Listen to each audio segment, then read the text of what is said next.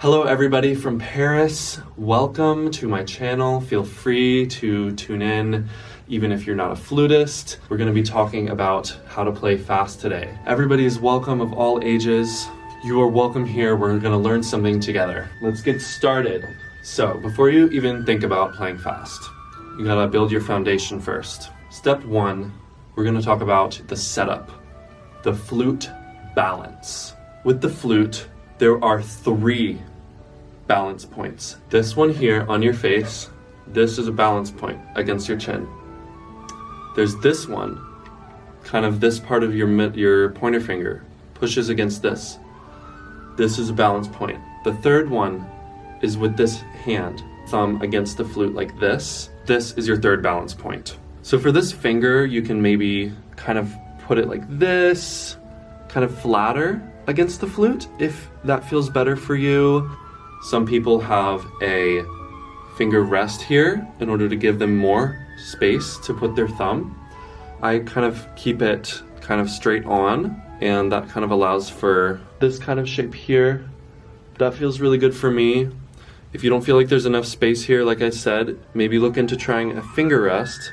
So let's put the flute to our playing position, just thinking about these 3 balance points. How can we find a nice sweet spot? Because we don't want too much pressure here because that will paralyze our lower lip. Our lower lip needs to stay flexible. So if I put too much pressure here, the quality of sound goes away. If I put too little pressure against my face, we just completely lose the sound altogether. It will also change the angle of the air so slightly. So you need to find the sweet spot of pressure here. It should feel really comfortable when you have it. Don't overthink it. How do we control the pressure here? You control it with these other 2 balance points. The more we push with this thumb, the more we have to counteract it with this hand, which will bring this tighter onto our chin. The other thing I want to mention is that do not use your pinky as a balance point. It might feel natural to kind of squeeze with the thumb and the pinky like this. Do you see that? I even had this habit before. You need to not have this as a balance point because say you're going from fingering D, which doesn't have the pinky down, to a fingering which does have the pinky down. You need to have this pinky free. So how do we work on this? So you're going to work on this with your scales. Really any technical exercise that you're doing. But for now, you're going to focus solely on keeping the flute balanced.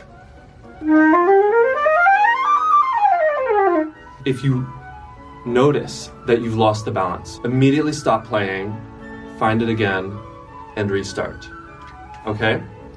This will build your muscle memory. If you do this consistently, if you work on this consistently, it'll be there. And really throughout your whole practice session, every single day, you just want to have this as a mental note. Be constantly checking in on your balance, constantly asking, is my flute balanced? Once you have this in your muscle memory, it's time to move on to step 2. Step 2 for playing fast is you're going to focus on your scales, but now you're really going to focus on playing all the right notes and also keeping your fingers super, super light and close to the flute. Can you even hear the keys?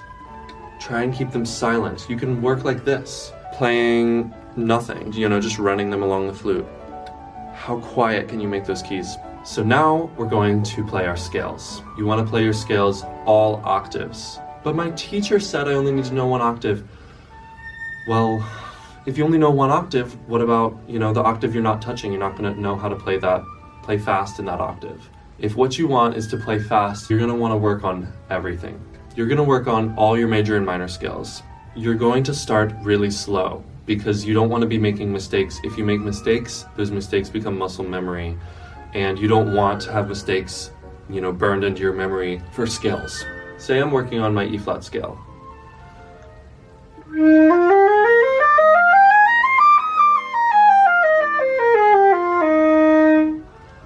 Notice that I didn't go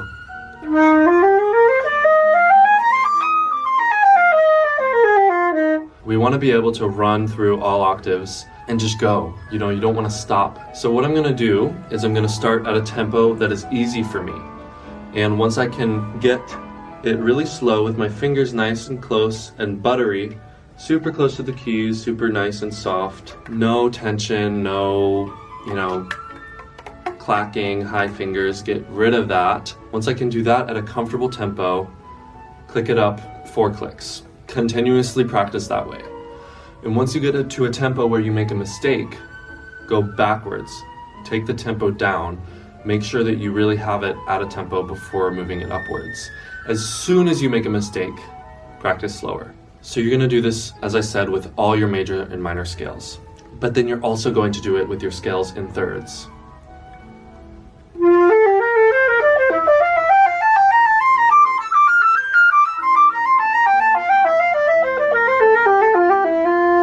Scales in thirds, major and minor.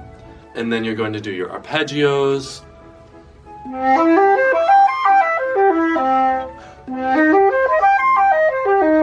All the arpeggios. Then you're also going to do it with 7th chords.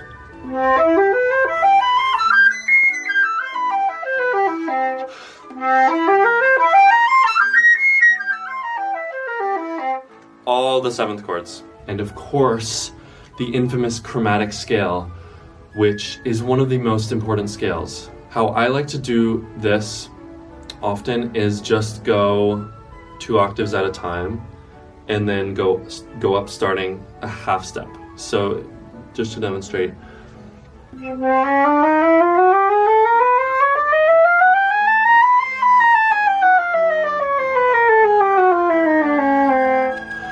Now a half step higher.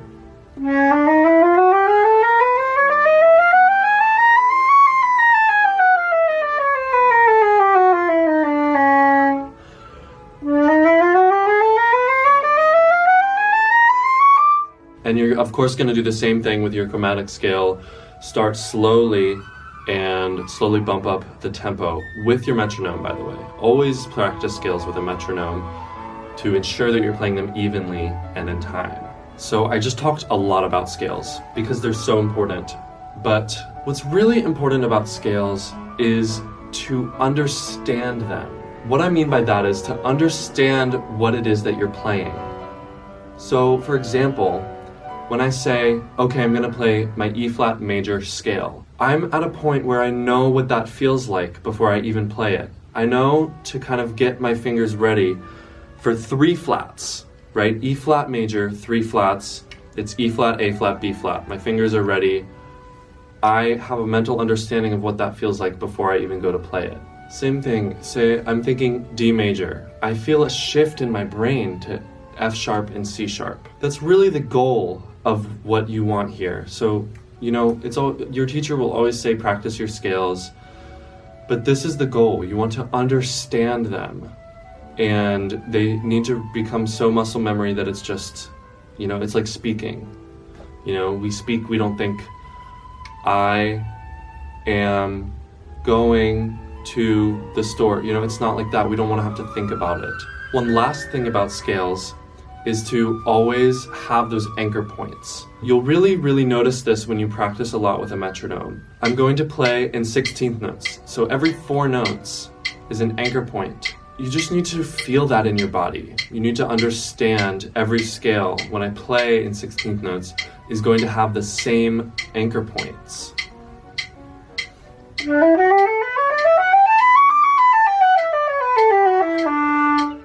So what were my anchor points?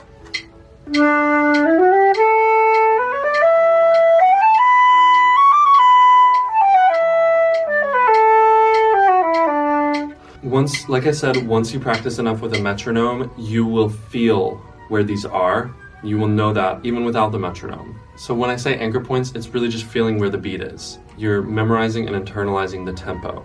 Okay, so now step 3.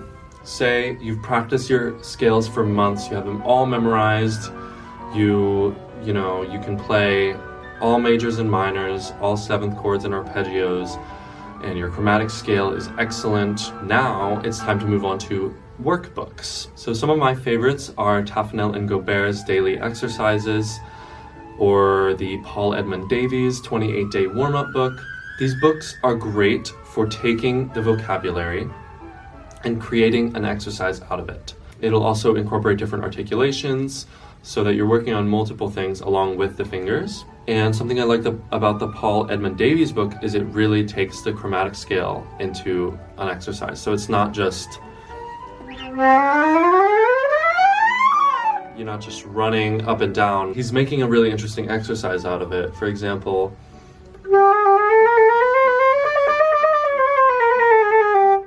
something like that. And I do want to mention that not every difficult piece of music you're going to come across is simply a scale. However, practicing your scales, your arpeggios, chromatic scale, is really the foundation of everything. So you're going to find, after you have the flute balance, you have all your scales memorized and your fingers super close and light, you're going to find any technical passage a lot easier. So the final step, you can actually kind of do this step along with step 2 and 3. You're basically going to play through different etudes, different pieces of music that are maybe a little harder, that feature difficult runs. So something like the Anderson etudes, which make use of a lot of these scales.